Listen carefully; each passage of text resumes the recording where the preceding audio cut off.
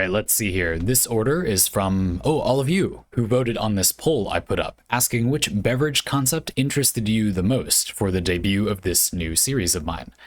Here you can see that I voted on my casual YouTube account for the shaken olive oil and coffee, but carbonated tea and orange juice won by a lot, so far be it for me to judge your preferences, folks. I'm Xandy, I'll be your potion master for today. Carbonated tea and orange juice. Allow me to explain.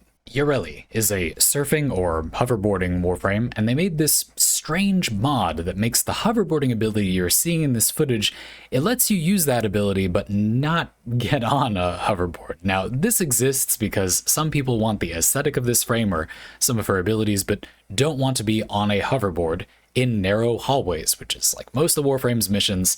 That sounds reasonable to me. I'll tell you, me personally, I actually do want that, but not always, right? Surely few people out there literally always want to be on a hoverboard for every moment of Warframe playtime. Like, one could play another Warframe, but it really looks unique and it's refreshing to run places looking like this. You follow me so far, this drink is going to be like that. The concept is a mimosa. You know, you're cruising along, having some champagne and orange juice, and the wine provides complexity and some grippiness from its tannins, while the sweetness and acid of the orange juice balances things out and adds body. It's a little substantial, but still refreshing and citrusy, as the bubbles open everything up and aerate it all into your nostrils, which is just like hoverboarding in a narrow hallway, I'm sure you'll agree. So my idea is that tea could be providing that complexity and grippy tannin flavor, some satisfying herbaceousness, maybe a different kind of light sweetness. Then we just add orange juice and get bubbles in there somehow. You don't always want wine in your otherwise refreshing wake-up brunch drink. Well, I kind of do personally, but I don't know your life. And much like the Yareli no hoverboarding mod, you could just not drink a mimosa. You could just have a drink that doesn't contain alcohol already, but why not both? Listen, I like tea and the flavor balance kind of seems like it'll line up, so let's try it. And then it's your fault if it's bad because you voted for it, but it's on me if it's good because I came up with it. We got a deal? Good talk. Let's get started. So as I was saying, that's what I see as the point of this mod. We're going to get that similar Yareli flavor and embrace what's different. So it seems like a reasonable place to start to figure out what exactly is different about.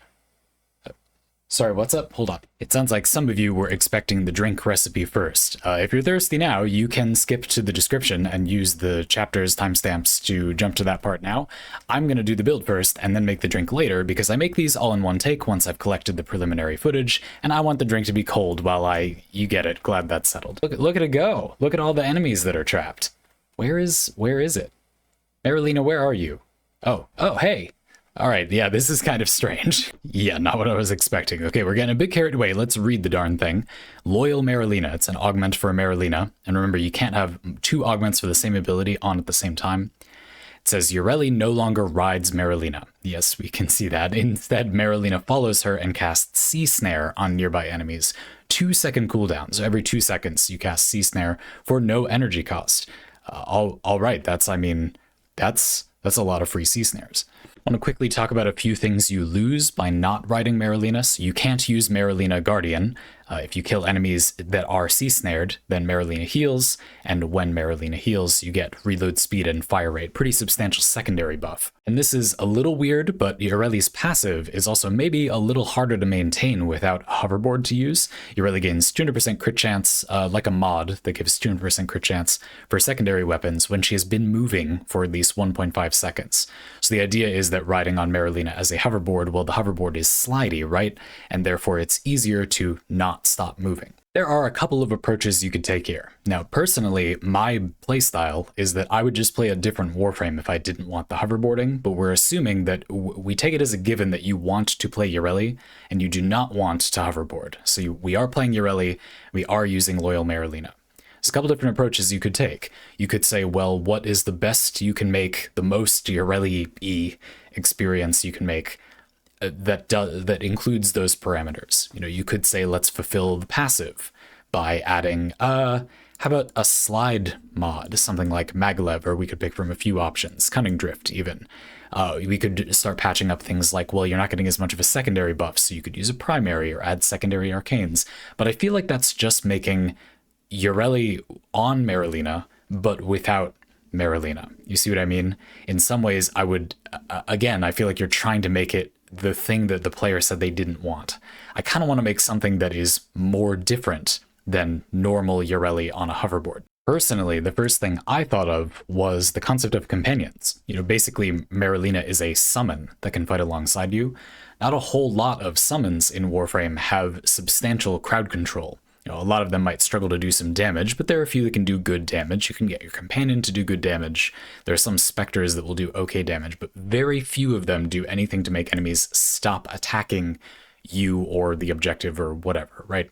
And so if we combine that with a companion that does that thing, we might get a lot more you don't do anything hands-off crowd control than normal. That's a reasonably unique niche, just even fact aside that this is just a different way to play Yareli. So automation as a theme, that sounds kind of cool. And I would suggest that Yareli's kit is no slouch on automation already. We turned Merulina into an automatic crowd control beast, and Aqua Blades is a pretty, auto damage stuff around you type of ability. It's probably worth looking at Sea Snares a little bit more. So this does do damage over time and makes enemies damage vulnerable. It's like a debuffing ability. Is that affected by strength, the damage vulnerability thing? We'll just put a strength mod on, and yes, it is affected by strength rather substantially. Okay, cool. It itself does damage that ramps up over time, so I'm also kind of interested in duration mods. We're beginning to fill out the build. Well, I did notice this. You can only have 15 Sea Snares at a time, so if Merulina's automatic Sea Snare spam counts for that count, then I feel like having a lot of duration won't accomplish much. For one, if the enemies take a lot more damage, they'll just be dead before the damage ramps up much, because they have the damage vulnerability. And two, if you keep Sea Snaring and it has long duration, they're just going to wear off. So I don't know, maybe duration isn't a huge deal. Got a little bit of a hit list of stuff to put on the build. First off is strength, I think. Having the damage vulnerability from Merulina makes Merulina wandering around by itself more meaningful. That kind of does something if you're getting damage vulnerability from it. 300%-ish damage vulnerability, not too bad. And the crowd control, of course. Range, I think, is going to be useful as well.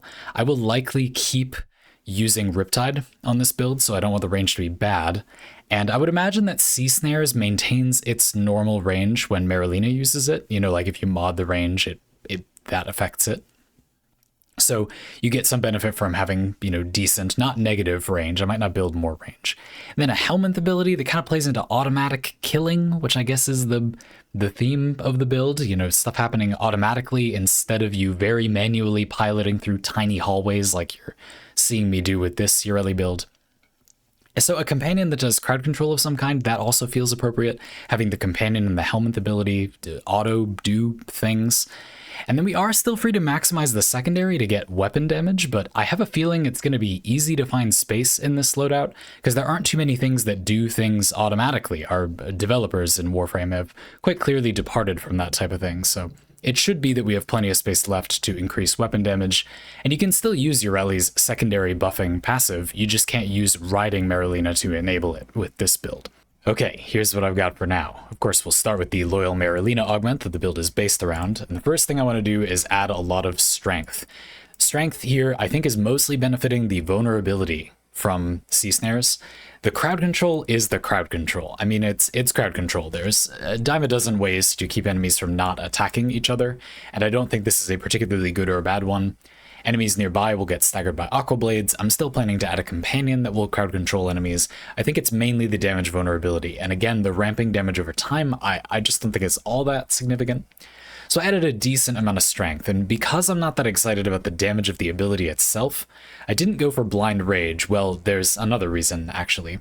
But we'll come back to that in a minute. The second thing is Umbral Vitality. I wanted a big chunk of health. I want to stay alive. The damage reduction from Merulina doesn't go away just because you're not riding Merulina. I guess simply having Merulina out keeps you safer. Not sure how that works from a lore perspective, but anyway. So with one layer of damage reduction down, I wanted adaptation, and I really like adaptation for cases like this where we already have some damage reduction, because adaptation doesn't give you all the damage reduction up front, but we already have 90%, hopefully enough that we can ramp up the other layer of damage reduction from adaptation and stay alive.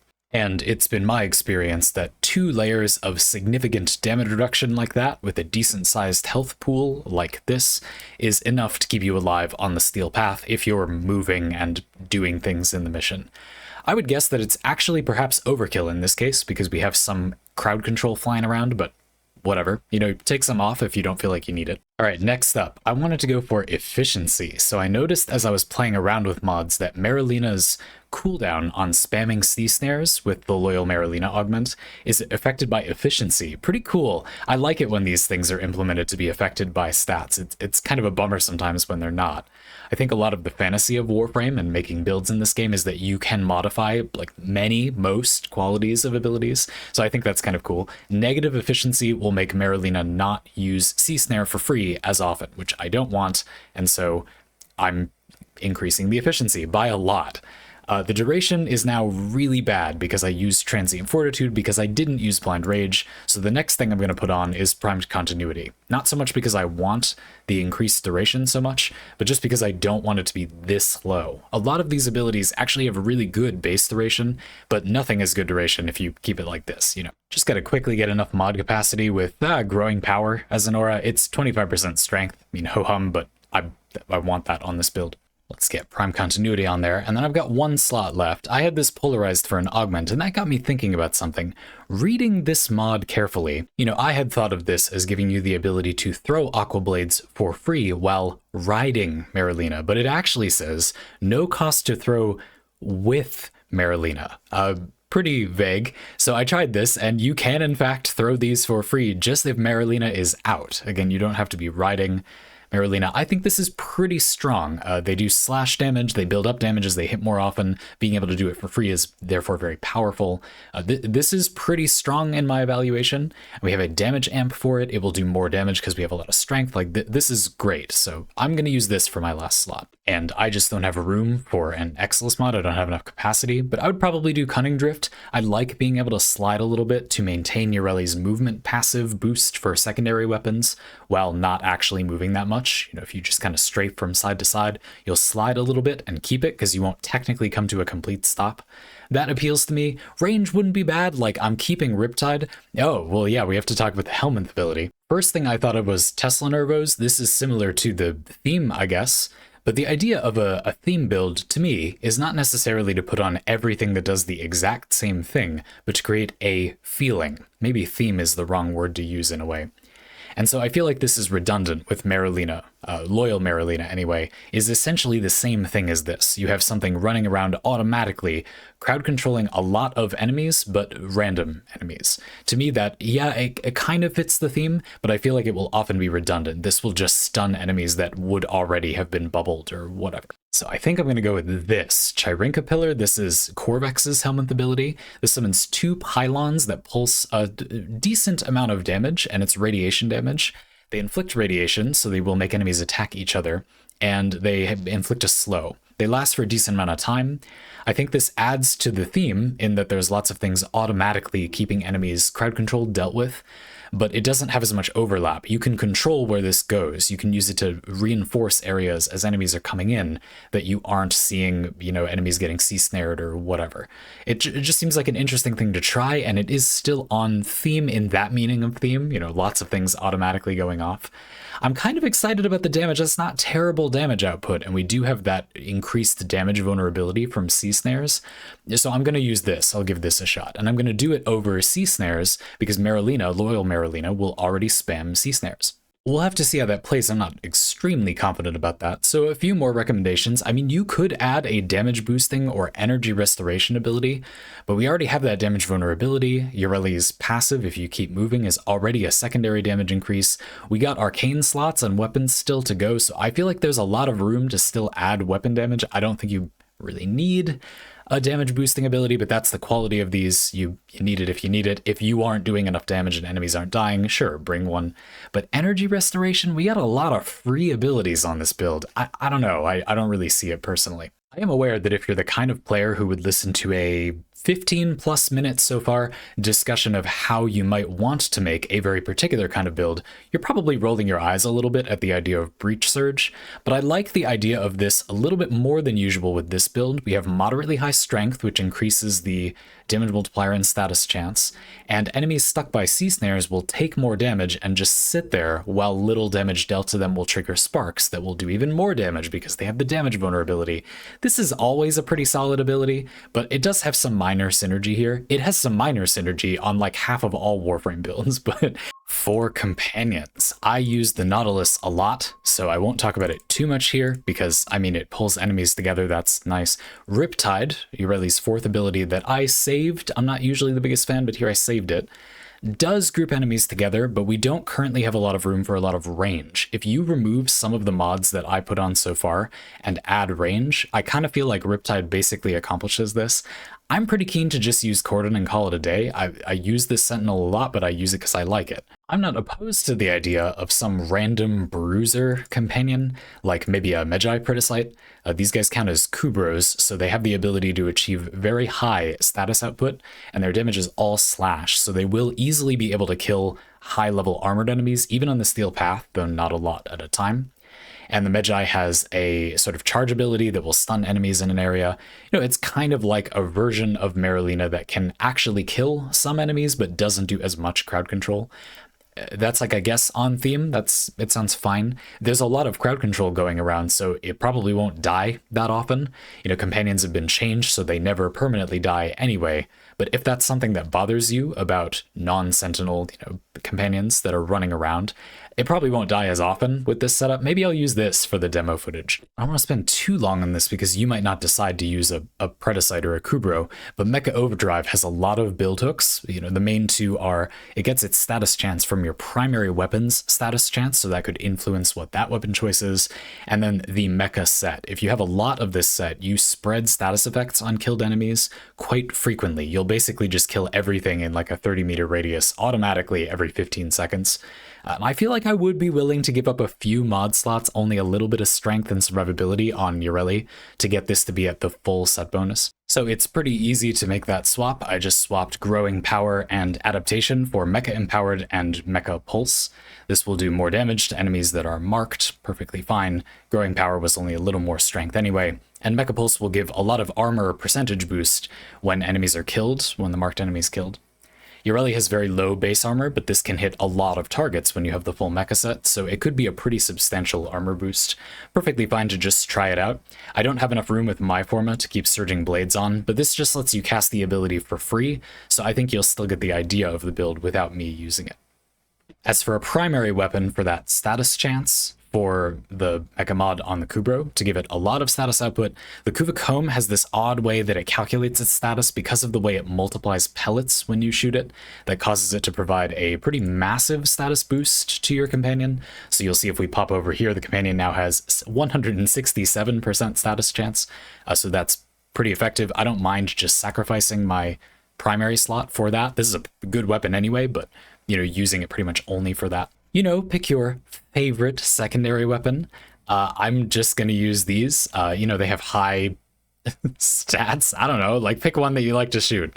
No, I mean, I would pick something with decent crit chance and multiplier because you're going to increase that if you stay moving with Yareli's passive. And then, I want a lot of status output if it's going to spread, but you're going to get good slash statuses from just Aqua Blades anyway, so I don't think it's a huge deal. I like having it be automatic and have quick reload speed, just because then you can be using it a lot. It's easy to just mow down enemies with your high damage, but not really a huge deal either way. On this build, I don't think I'm going to melee or use a heavy weapon that much, so I'm just going to equip a melee weapon that I'm trying to level. And finally, arcanes. I'm probably just going to bring a few that buff my secondary. So the normal one is Velocity. This has a really nice rate on fire rate. There are other fire rate arcanes, but this one gives a lot more, and the condition is really easy to fulfill. When you crit, almost all of the time, you gain a lot more fire rate than usual.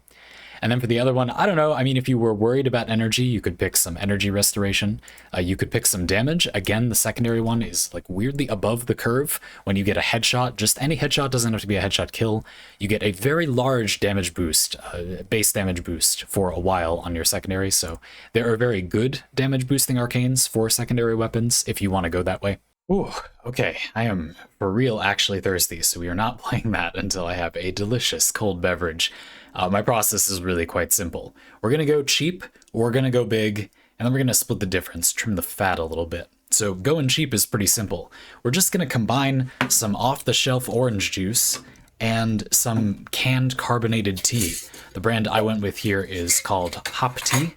I only really do sponsors with all of you. Patreon is essentially my only sponsor, so none of these are sponsored. I just like these products. And here you can see I'm just going to combine about 1/3 of orange juice, just off-the-shelf orange juice, with about 2/3 of this sparkling tea. I actually let it go flat, and then here I'm going to carbonate it again because I'm I can, you know, I'm extra like that. That's not extra at all. I just wanted to be carbonated. I got two different kinds. I got one that's Citra hops, so these have hops in them, hop tea. It's white peony tea, which I really like, but is a little light for this. White tea can be quite full-bodied, but I don't think this one was. The Citra hops tasted citrusy, but I mean, it just wasn't enough. This other one that I enjoyed using more, it's called the really hoppy one, has a couple different kinds of hops, and then it's a black tea blend. I'm not really a big fan of black tea, but it does have the boldness of flavor to mix well with other things. That's kind of what it's designed for, so I thought that went pretty well. Let's head over to Past Xandy and see what it was like. And see if it tastes any good. That seems pretty carbonated. Let's go. Yeah. Oh boy. It smells pretty good. It smells like tea, a little. It smells like citrusy tea, I guess. Okay.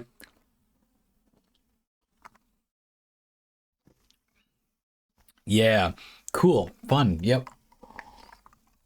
It does taste a little bit like a mimosa. It has the body and bitterness that kind of cuts through just being like a ton of orange juice. It's also not a ton of orange juice, which doesn't hurt. Pretty refreshing, pretty tasty. It doesn't taste like seltzer, it doesn't taste like soda. It's like in between there. Pretty good, yeah.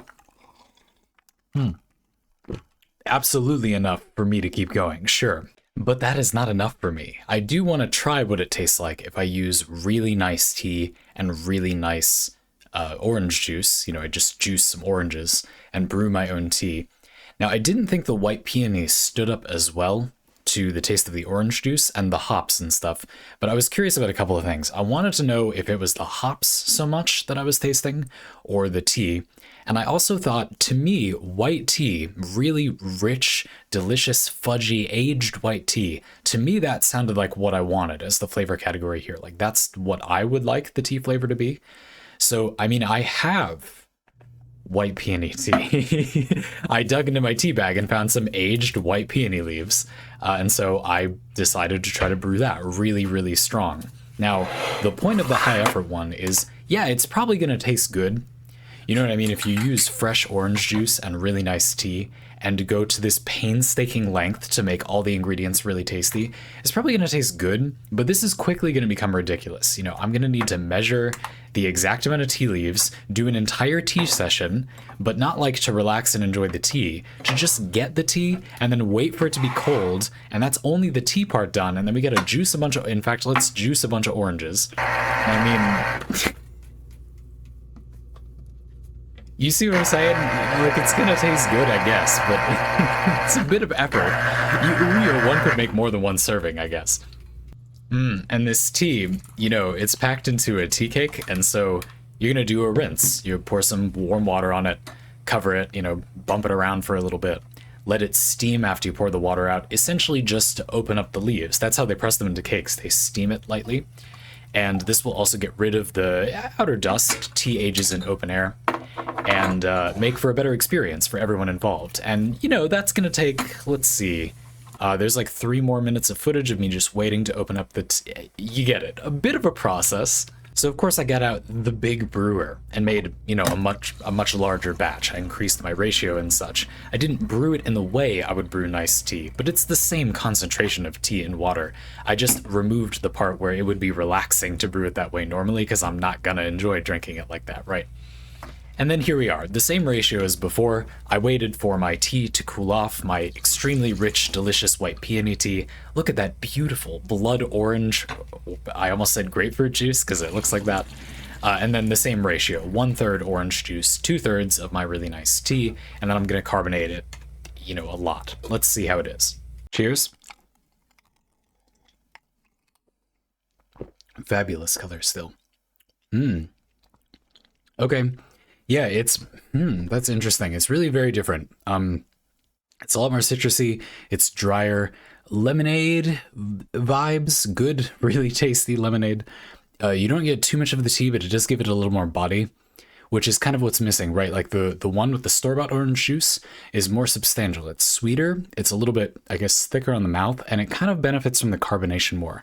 I say this is a total win for the low effort one. This is good, but just something else. I think I would also, you want to mix blood oranges and tea, maybe I wouldn't carbonate it.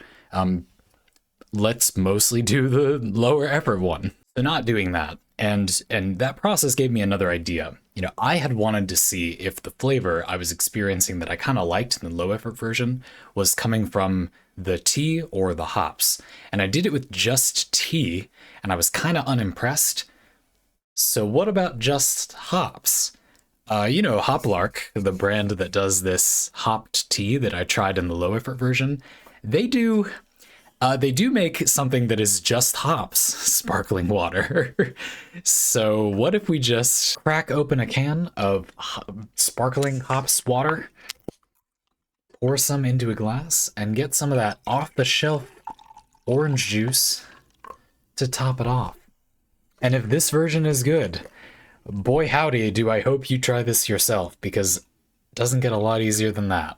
Just gonna eyeball my 2-to-1 ratio of tea. It ended up just being sparkling hops, water, and orange juice. Cheers. Oh yeah, it smells really good. Wow, very aromatic. These are, if you get the Hoplark brand that I'm having, I got the Mosaic Hops one. It says Pine Forward Experience, which sounds kind of gross. Like, is it gonna be like a car air freshener? But it's not. It's like, it's more like tree sap than like tree leaves or pine needles or anything, right? No, very pleasant. Um, yeah, it balances out the orange juice.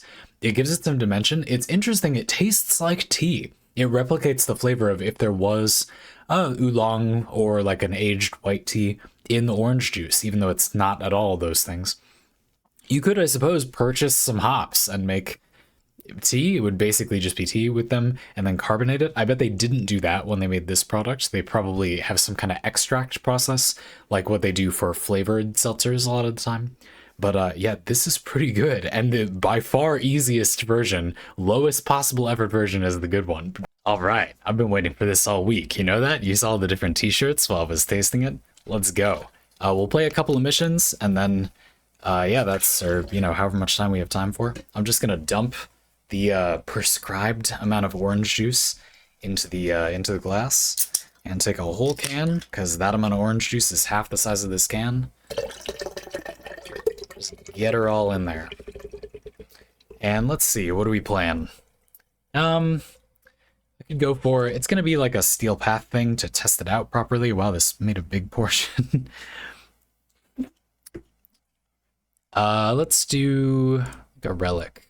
Look at this tall boy. I went without ice. I think not going ice, you get a lot more carbonation because there are less nucleation sites, you know, for the carbonation to fizz away. And it's a little bit less cold, but I have the ingredients cold, and then I put the glass itself into the freezer, so I feel like it's not a big deal. Let's just start everything up. So it's kind of a weird build. You basically just summon your Merulina and go, and then if you have an area you want to defend stuff at, you just plop down a pillar. Might change the energy color somewhat. This is a new series, so I would like to know what you think about it. If you have feedback or things that you would prefer to be differently, I can easily change it.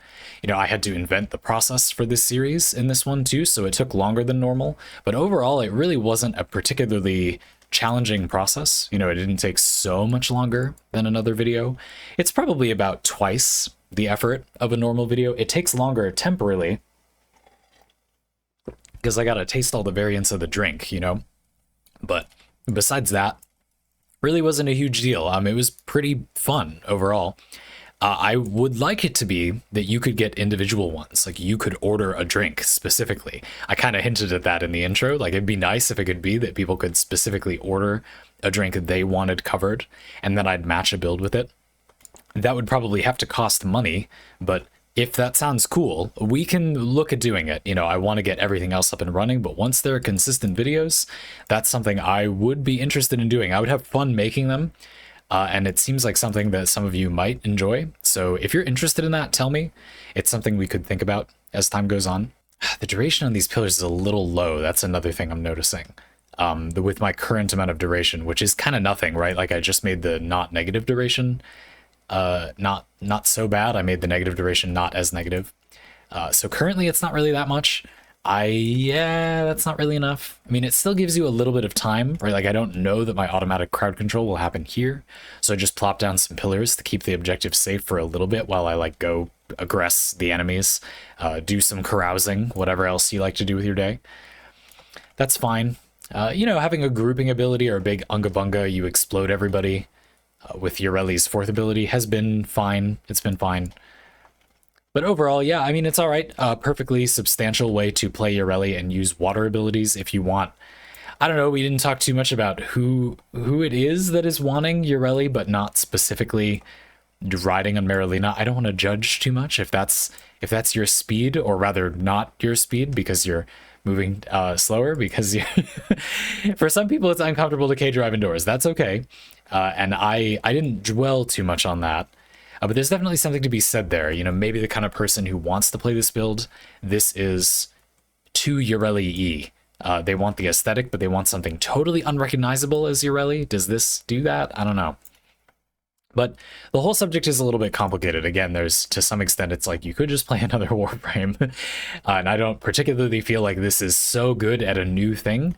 There's not a ton of frames that are good at passive area crowd control, but I don't think that this build is particularly good at it. It's just something it can do. That's like fine. You know, having area control is not bad in Warframe. There's a good amount of objectives like that, but I just don't think it's entirely necessary for it to be Yareli. If you wanted it to be, this does that. Yeah, that's the best that we can say, I think. Folks, thanks for watching. Look forward to seeing if anybody orders anything in the future. We might have to come up with a few more demos. Like if we're gonna make this be something people could buy, I want to refine it more than this, which means we'll just have to see what's next up on the menu.